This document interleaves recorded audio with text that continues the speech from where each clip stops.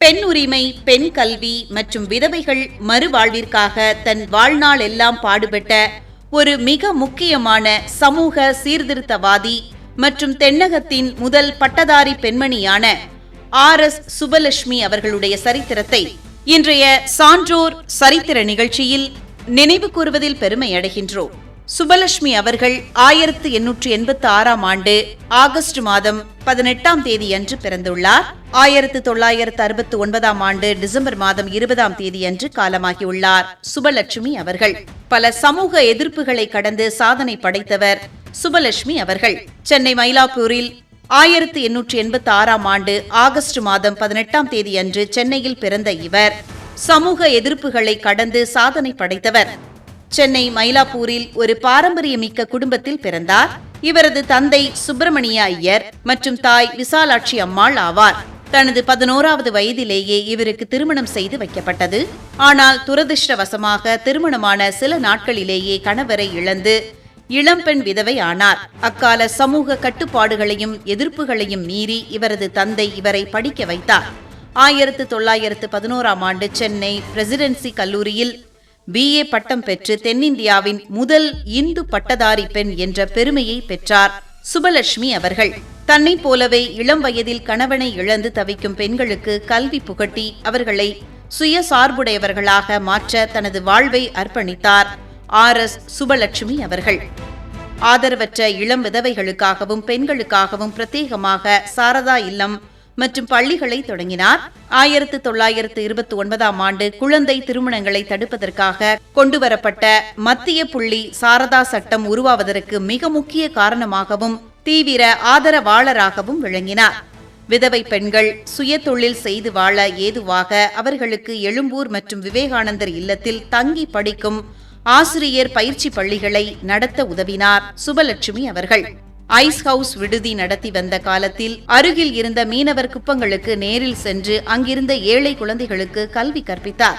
பெண்களின் உரிமைகளுக்காக போராடிய இவர் சென்னை மாநில சட்டமேலவை உறுப்பினராக 1952 முதல் 1957 வரை தேர்ந்தெடுக்கப்பட்டு மக்கள் பணியாற்றினார். அனைத்து விதவைகளுக்கும் பெண்களுக்கும் ஒரு சகோதரியாக விளங்கியதால் மக்கள் இவரை அன்போடு சகோதரி சுப்புலட்சுமி அல்லது சிஸ்டர் சுப்புலட்சுமி என்று அழைத்தனர். இவரது அரும்பெரும் சமூக சேவையை பாராட்டி இந்திய அரசு இவருக்கு பத்மஸ்ரீ விருது வழங்கி கௌரவித்தது. இவரது வாழ்க்கை போராட்டங்களையும் சாதனைகளையும் விளக்கும் வண்ணம் மோனிகா ஃபெல்டன் என்பவர் ஆங்கிலத்தில் எ சைல்டு விண்டோஸ் ஸ்டோரி என்ற வாழ்க்கை வரலாற்று நூலை எழுதினார். இது தமிழில் எழுத்தாளர் அனுத்தமா என்பவரால் சேவைக்கு ஒரு சகோதரி என்ற பெயரில் மொழிபெயர்க்கப்பட்டுள்ளது. பெண் கல்வியின் ஒளியாய் விளங்கிய ஆர்.எஸ். சுப்பலட்சுமி அவர்கள் 1969ஆம் ஆண்டு டிசம்பர் மாதம் 20ஆம் தேதி அன்று தனது 83வது வயதில் இயற்கை எய்தினார். தமிழக பெண்களின் கல்வி மற்றும் உரிமைகளின் வரலாற்றில் இவருக்கு என்றும் நீங்காத இடம் உண்டு. பெண் உரிமை, பெண் கல்வி மற்றும் விதவைகள் மறுவாழ்விற்காக தன் வாழ்நாளெல்லாம் பாடுபட்ட ஒரு மிக முக்கியமான சமூக சீர்திருத்தவாதி மற்றும் தென்னகத்தின் முதல் பட்டதாரி பெண்ணான ஆர்.எஸ். சுப்பலட்சுமி அவர்களுடைய சரித்திரத்தை இன்றைய சான்றோர் சரித்திர நிகழ்ச்சியில் அறிந்து கொண்டதில் மிக்க மகிழ்ச்சி அடைகின்றோம்.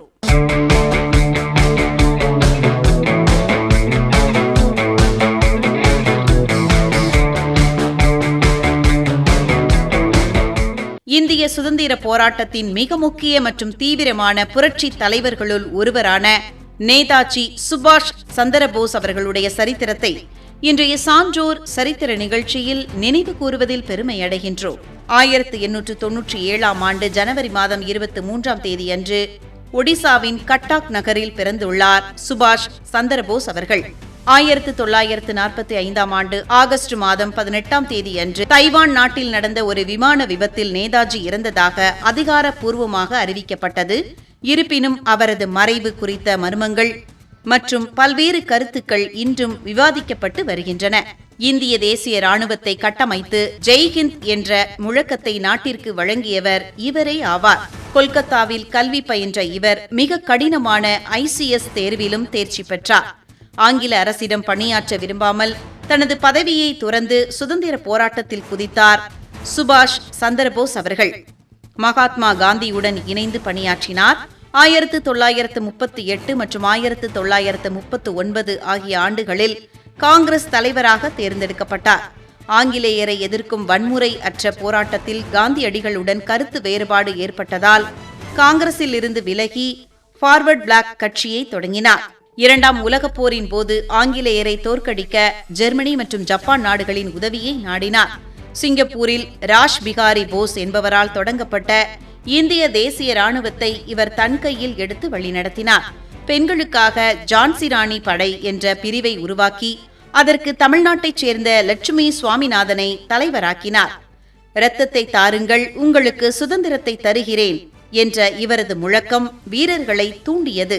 இந்திய சுதந்திர போராட்டத்தின் மிக முக்கிய மற்றும் தீவிரமான புரட்சித் தலைவர்களுள் ஒருவரான நேதாஜி சுபாஷ் சந்திரபோஸ் அவர்களுடைய சரித்திரத்தை இன்றைய சான்றோர் சரித்திர நிகழ்ச்சியில் அறிந்து கொண்டதில் மிக்க மகிழ்ச்சி அடைகின்றோம்.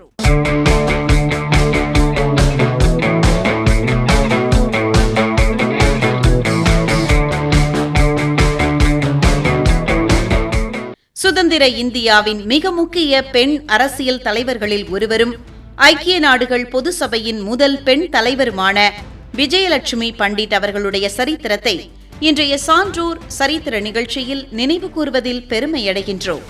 1900 ஆண்டு ஆகஸ்ட் மாதம் 18ஆம் தேதி அன்று அலகாபாத்தில் மோதிலால் நேரு ஸ்வரூப் ராணி தம்பதியருக்கு மகளாக பிறந்தார்.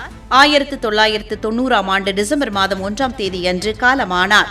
இந்தியாவின் முதல் பிரதமரான ஜவஹர்லால் நேருவின் சகோதரியான இவர் சிறந்த ராஜதந்திரி மற்றும் சுதந்திர போராட்ட வீராங்கனையாக விளங்கியவர். மகாத்மா காந்தியின் கொள்கைகளால் ஈர்க்கப்பட்டு சுதந்திர போராட்டத்தில் பங்கேற்றார். சட்ட மறுப்பு இயக்கங்களில் பங்கேற்றதற்காக ஆங்கிலேய அரசால் 3 முறை சிறையில் அடைக்கப்பட்டார்.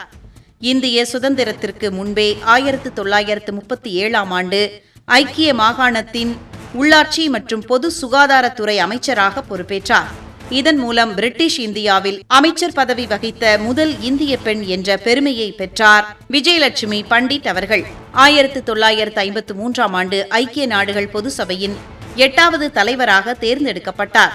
இந்த உலகளாவிய அமைப்பை வழிநடத்திய முதல் பெண்மணி இவரே ஆவார். இந்தியாவின் வெளியுறவு கொள்கையை வடிவமைப்பதிலும் உலக அரங்கில் இந்தியாவின் குரலை நிலைநிறுத்துவதிலும் முக்கிய பங்கு வகித்தார். இந்தியாவின் தூதராக பல்வேறு நாடுகளுக்கு பணியாற்றினார் விஜயலட்சுமி பண்டிட் அவர்கள். Soviet union, America, Mexico, Ireland, ஐக்கிய ராச்சியம் போன்ற நாடுகளுக்கு தூதராக பணியாற்றினார். 1962 முதல் 1964 வரை மகாராஷ்டிரா மாநிலத்தின் ஆளுநராக பணியாற்றினார். ஜவஹர்லால் நேருவின் மறைவுக்கு பிறகு அவரது புல்பூர் தொகுதியில் போட்டியிட்டு மக்களவை உறுப்பினராக தேர்ந்தெடுக்கப்பட்டார். 1975இல் இவரது மருமகள் இந்திரா காந்தி கொண்டு வந்த நெருக்கடி நிலை பிரகடனத்தை கடுமையாக எதிர்த்தார். ஜனநாயகத்தை காக்க இந்திரா காந்திக்கு எதிராக அரசியல் பிரச்சாரங்களிலும் ஈடுபட்டார் விஜயலட்சுமி பண்டிட் அவர்கள். சுதந்திர இந்தியாவின் மிக முக்கிய பெண் அரசியல் தலைவர்களில் ஒருவரும் ஐக்கிய நாடுகள் பொது சபையின் முதல் பெண் தலைவருமான விஜயலட்சுமி பண்டிட் அவர்களுடைய சரித்திரத்தை இன்றைய சான்றோர் சரித்திர நிகழ்ச்சியில் அறிந்து கொண்டதில் மிக்க மகிழ்ச்சி அடைகின்றோம்.